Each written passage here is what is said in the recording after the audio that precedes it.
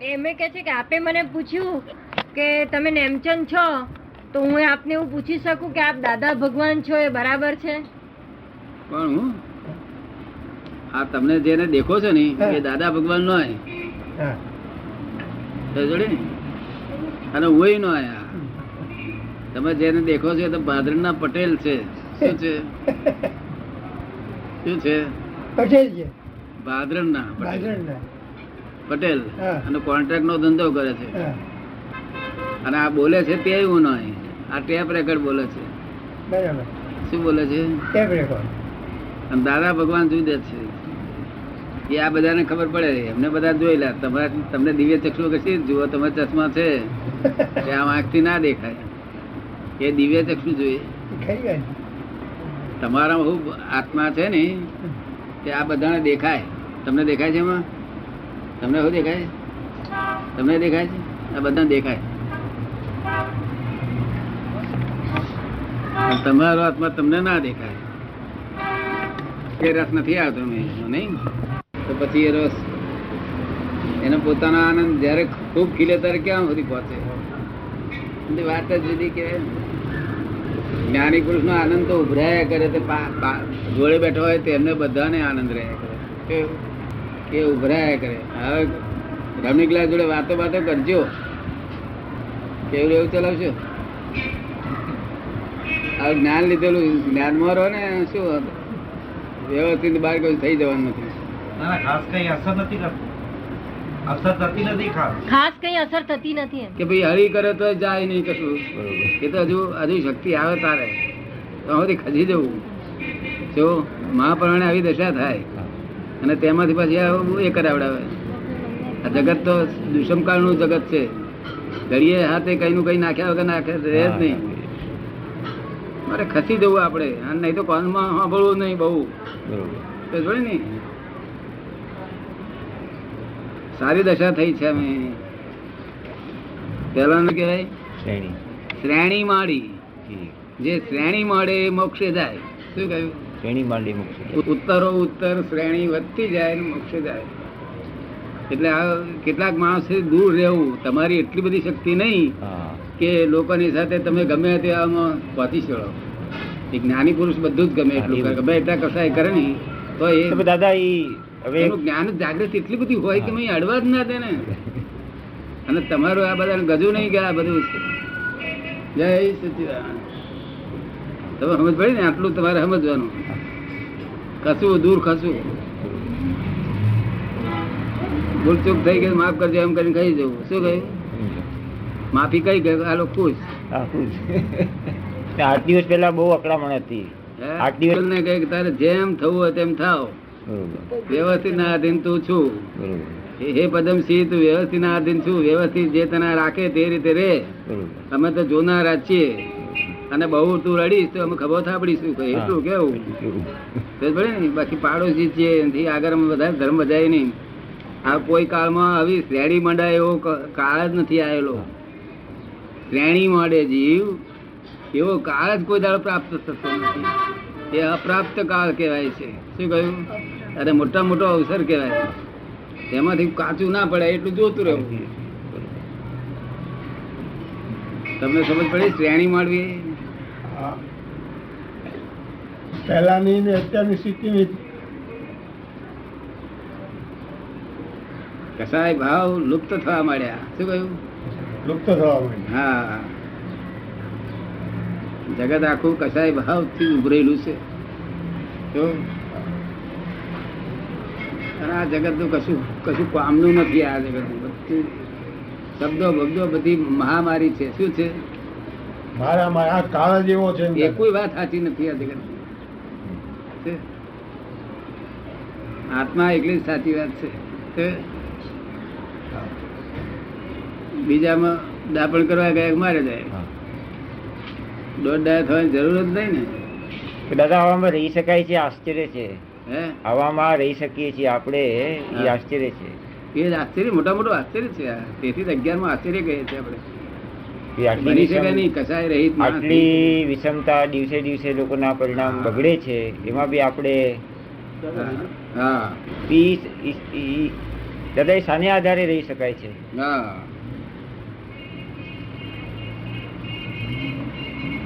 બરાબર. ભાવે કયા આધારે રહી શકાય છે? એટલે એટલું સેતી લેવાનું છે આ કાળમાં, કારણ કે આ ક્રમિક આક્રમ માર્ગનું છે. હા. એટલે કસાય ભાઈ સંપૂર્ણ કસાય અનંતાનુબંધી સાથે આ જ્ઞાન મળી ગયેલું છે. કેવું? અનંતાનુબંધી સાથે, મિથ્યાત્વ સાથે. ઠીક. ખબર પડે ને? હા. એટલે આ પેલું ઉપશમ થયેલું હોય ને, હા. ક્ષયોપશમ ઉપશમ થયેલું હોય તેમાં બહુ ફેર પડી જાય હા, ક્રમિક એમાં- માર્ગમાં. હા. અહીં તો ક્ષયોપશમ ઉપશમ થયા વગર હા, હોય ને, બને. એટલે ફરી ઝબકારા મારે પાછું. દાદા એ ક્ષયક્ષમ નથી તો પછી કેવળ જ્ઞાન નો અંશ છે? જો ક્ષયક્ષમ જ્ઞાન ન હોય શું કહે છે? એ કે છે જો ક્ષયોક્ષમ જ્ઞાન ના હોય આ તો પછી એ કેવળ જ્ઞાન છે, કઈ? કેવળ જ્ઞાન નો અંશ. આ જ્ઞાન છે દાદા. તો કે છે તો પછી એ કેવળ જ્ઞાન નો અંશ છે એમ પૂછે છે. આમાં ક્ષયોપશમ છે જ નહીં આમાં. હા. આ તો ક્ષાયક જ છે, સીધું સહાયક છે. શું? ઉપશમય નથી ને ક્ષયક્ષમય નથી, આ ક્ષાયક છે. એ કેવળ જ્ઞાન નથી પણ કેવળ દર્શન છે. આ શું છે? કેવળ દર્શન. ખબર પડે ને? કેવળ જ્ઞાન તો પચે એવું જ નથી આ કાળ. એ જે અમે જે બોલીએ છીએ ને હા. એમાં જ કેવળ જ્ઞાન સમાય છે. અમે જે ઘડી જ્ઞાન આપીએ તે ઘડી જ્ઞાન બોલીએ છીએ તેમાં કેવળ જ્ઞાન સમાય છે. કેવળ જ્ઞાન આ કાળમાં પચતું નથી. મને પચ્યું નહીં, બીજા કોઈને પચે નહીં, એટલે ફળ આપે નહીં. એટલે સમજમાં આવી જાય બધું જગત. સમજાય. આખું જગત કેમ છે, તેમ કેવી રીતે ઉત્પન્ન થયું, સી રીતે ચાલે છે, બધું સમજમાં આવી જાય. જ્ઞાનમાં ના આવે. તમને સમજ પડે ને? સમજમાં એટલે દર્શનમાં આવે, બરોબર. એટલે સૂઝ પડી જાય બધી હા. કે આ શું છે. પણ જ્ઞાનમાં ના આવે. જ્ઞાન ચોખ્ખું દેખે આ જ્ઞાન અને આ ધૂંધળું દેખે. કીધું. ખબર પડે ને? આપણે ઘણું થઈ ગયું આ કાળમાં. સંકિત મર્યું હોત તો બહુ થઈ ગયું હતું. આ તો બધી કઈ હા. કઈ ની કઈ દશા છે આપણે. અને કશાય રહિત દશા છે એટલે ભાઈ દુઃખ જ નહીં. નહીં તો દુઃખ પરિણામ હાથે પેલું હોય સંકિત. કેવું? કર્મ બંધાય ની એવી દશા છે. હવે એને જેટલું તમે પુષણ કરો એટલું તમારું. અને જગતમાં કોઈ માણસ ની કશી વાતમાં પડવું જ નહીં. આપણે આપણા કામ પૂરતી કા. સમજી ગયો? કોઈ નથી હગું, નથી કોઈ વાલું. શું કહ્યું? જગત ની કોઈ વાત સાચી નથી ને ખોટી નથી. શું છે? ખોટી નથી. એમાં શું લેવા દેવા વગરનો અર્થ કરી વગર સમજણની વાતો. આ તો જગત અત્યારે મેન્ટલ સ્થિતિમાં છે. શું છે? મેન્ટલ. હા, મેન્ટલ એટલે પોતાનું અહિત જ કર્યા કરે. હિતાહિત ભાન નથી માટે શું કર્યું? હિતાહિત નું ભાન નથી માટે અહિત કર્યા કરે.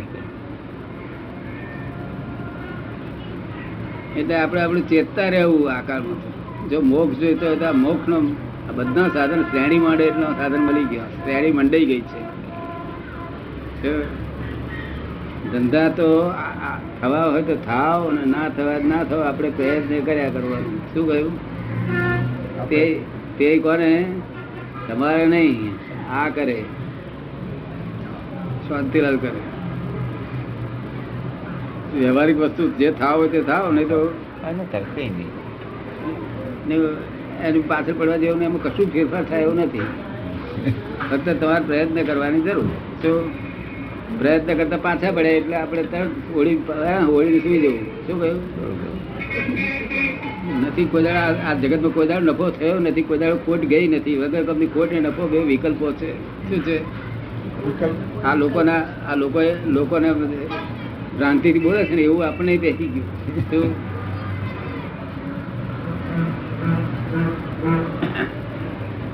વેપારી કાયમ ખોટ ને માટે ચેતતો જ રહે છે. કાયમ ચેતતો માણસ તો ખોટ ગયા વગર રહેતી કાયમ નહીં ચેતતો. એટલે ખોટ ચેતે કે ના ચેતે તેના માટે ખોટ આવે છે કે ના ચેતે તેના લોકો જગત ને ખબર. દાદા કામ કાઢી લેવાનું છે અત્યારે. અરે ખરેખર ખોટ નફો કોને કહેવાય? ખરેખર ખોટ અને નફો કોને કહેવાય? પુણ્ય બંધાય એને નફો કહેવાય? હે પુણ્ય બંધાય એને નફો એ કે છે કહેવાય? ખરેખર ખોટ નફો કોને કહેવાય? પુણ્ય બંધાય એને નફો કહેવાય? ના, પુણ્ય બંધાય. આ સંસારમાં તો પુણ્ય બંધાય એને બહુ મોટો નફો જ કહેવાય. સંસારમાં જેને ક્રમિક માર્ગમાં છે એમ પુણ્ય બંધાય એટલે નફો જ કહેવાય. પુણ્ય બંધાય તો આવતે બહુ કઈ શાંતિ રહેશે, કઈ સગવડ રહેશે, તો ધર્મ પામશે. કઈ શાંતિ સગવડ ના હોય ધર્મ સિદ્ધ પામે. સમજ્યો ને? અને આપણે તો નફો ખોટે નહીં, આપણે નફો ખોટ લેવા દેવા જ નહીં. આપણે શુદ્ધાત્માનો નફો ખોટ હોય ને, આપણે આપણો પુરુષાર્થ પોતે પોતાનો.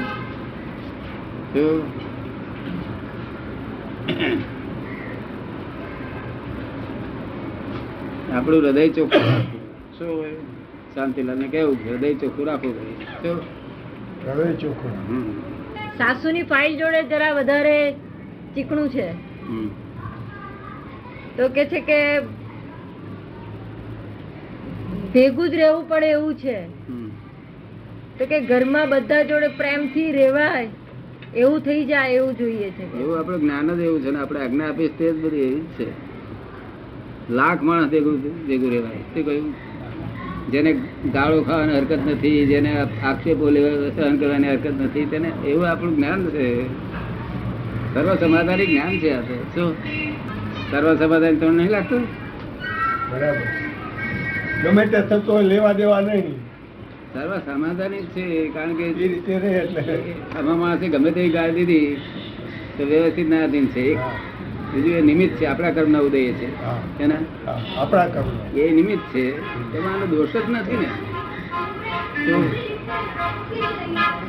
દોષ જ નથી એટલે આપણને કશું કોઈ અસમાધાન નું કારણ જ નથી. એ રીતે જણાય એટલે પછી કઈ રહે જ નહીં. નહીં, આખું જ્ઞાન જ એવું છે, અસમાધાન નું કારણ જ નથી. એવી હાથ આવું વચ્ચે રહેવું જ રહેવાય. એક નહીં, આપણું જ્ઞાન જ 5 વાક્યો એવા છે કે કોઈ દાડો મુશ્કેલી મૂકે એવા જ નથી. બધી મુશ્કેલીઓ કાઢી નાખે એવા છે. બીજું કારણ નથી, ડરવાનું કોઈ જાતનું કારણ નથી. જયારે વ્યવસ્થિત જ્ઞાન હોય શા માટે ડરે? શું કહ્યું? જય સચ્ચિદાનંદ. એ કે છે તમને 15 પહોંચી દઈશ, પણ આપણે જોડે પહોંચી ક્યારે દઈશું? વ્યવસ્થિત મળશે તો દઈશું. અને એ તો નિમિત્ત છે ને, એની શું શક્તિ? આપણે કઈ ઓલ રાઈટ કરીએ. શું કે અને દેવાના છે તે તમે રડશો તો છોડશે નહીં. પછી વળે ખરું રડવાથી પૂરતું વધારે ચુંગલમાં આવે. કશું હેલ્પ કરે નહીં. આ બધી પ્રયત્ન બધા હેલ્પ કરે નહીં. રેવા એવું છે. બેનને પૂછ્યું છે ને, નીરુબેન ને, સાસુ આ હાથને મારે, સાસુ મારતી હતી કે એને શું શું જ્ઞાન રહેવું જોઈએ? કહો સમજણ પડે ને. મારનારી સાસુ એ બી શુદ્ધાત્મા છે. મારનારી જે મારે છે તે આપણા જ કર્મનો ઉદય છે, એટલે એ નિમિત્ત બને છે અને આપણું કર્મ પૂરું કરી આપે છે. એટલે આપણો જે હિસાબ કોઈ છૂટે નહીં કે તેના ઉપરથી આપણને મૂંડા થઈને હિસાબ છોડી આપે છે. એટલે આપણે એને વિચાર માનીએ કે ચાલો અમારું એ કર્મ પૂરું થઈ ગયું. અને આપણને તો મારતા જ નથી, આપણે તો શુદ્ધ આત્મા છીએ. આપણે ખાલી જાણનારા છીએ કે આ બધું કોનો હિસાબ કોનો ચૂક્યો, શબનમનો હિસાબ ને સાસુનો હિસાબ પૂરો થયો. સાસુ નિર્દોષ હોતી જ નથી ને, આપણા ભૂલોનું પરિણામ છે આ બધું. એ સમજાય એટલે પતી જાય. એ સમજાય એટલે બધું પતી જાય. એવું વ્યવસ્થિત આપ્યું છે કે અમને 20 વર્ષથી કોઈ દાડો પથેલું જ ઉભું થયું નથી. શું કહ્યું? એ જ્ઞાનતા અમે વ્યવસ્થિત, અમને કેવું વ્યવસ્થિત હશે? તમે વ્યવસ્થિત આપીશ. અમને આપો છો તો અમારા પઝલ મટી જાય છે. તમને તો શેનું ઊભું થાય? એટલે તમારે આ જ્ઞાન એવું સરસ દોહન કરીને આપેલું છે કે તમારે એને વળગી રહેવું છે. તમારું ડાપણ મૂકવાનો કૂવો મૂકાવા જેવો. શું કહ્યું? ડાપણથી તો આ ઉપાધિ આવી ગયો બધી. એ ડાપણ કર્યા ને તેને ત્યાં દુઃખ આવ્યો.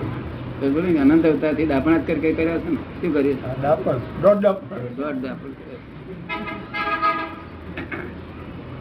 પણ ભાન ન હોય ત્યાં સુધી એમ જ વ્યવસ્થિત આપીશ. અને વ્યવસ્થિત ના સમજાય તો નુકસાન તો થવાનું જ છે. અને પાછું આ અહીંયા આગળ રૌદ્ર કરશે જુદું ખોટમાં. આવતા ભાવની ખોટ કરે છે ને આ ભાવની તો થઈ ગઈ. 2 ખોટો ખાય છે. કેટલી? 2 ખોટ. અને આમાં તો એક જ ખોટ આવવાની હોય તો આ ખોટ નીકળી જાય. હા, એ પૂરી થઈ જાય. અને ખોટ ના નફો કોને કેવો? ભાન જ નથી મનુષ્યને. એવું જો ભાન હોત ને તો હિતાહિતનું સાધન હોત. શું કહ્યું? ભાન જ નથી. જેમ અહીં કર્મના ઉદય જેમ ચલાવે છે એમ ચાલે છે. કેવું? કર્મના ઉદય જેમ ચલાવે છે એમ સાધુ મહારાજ હોય એમ ચાલે છે. હા, એ તો. જાગૃતિ પોતાની જાગૃતિ પૂર્વક નથી. આ તમે કહ્યું શું?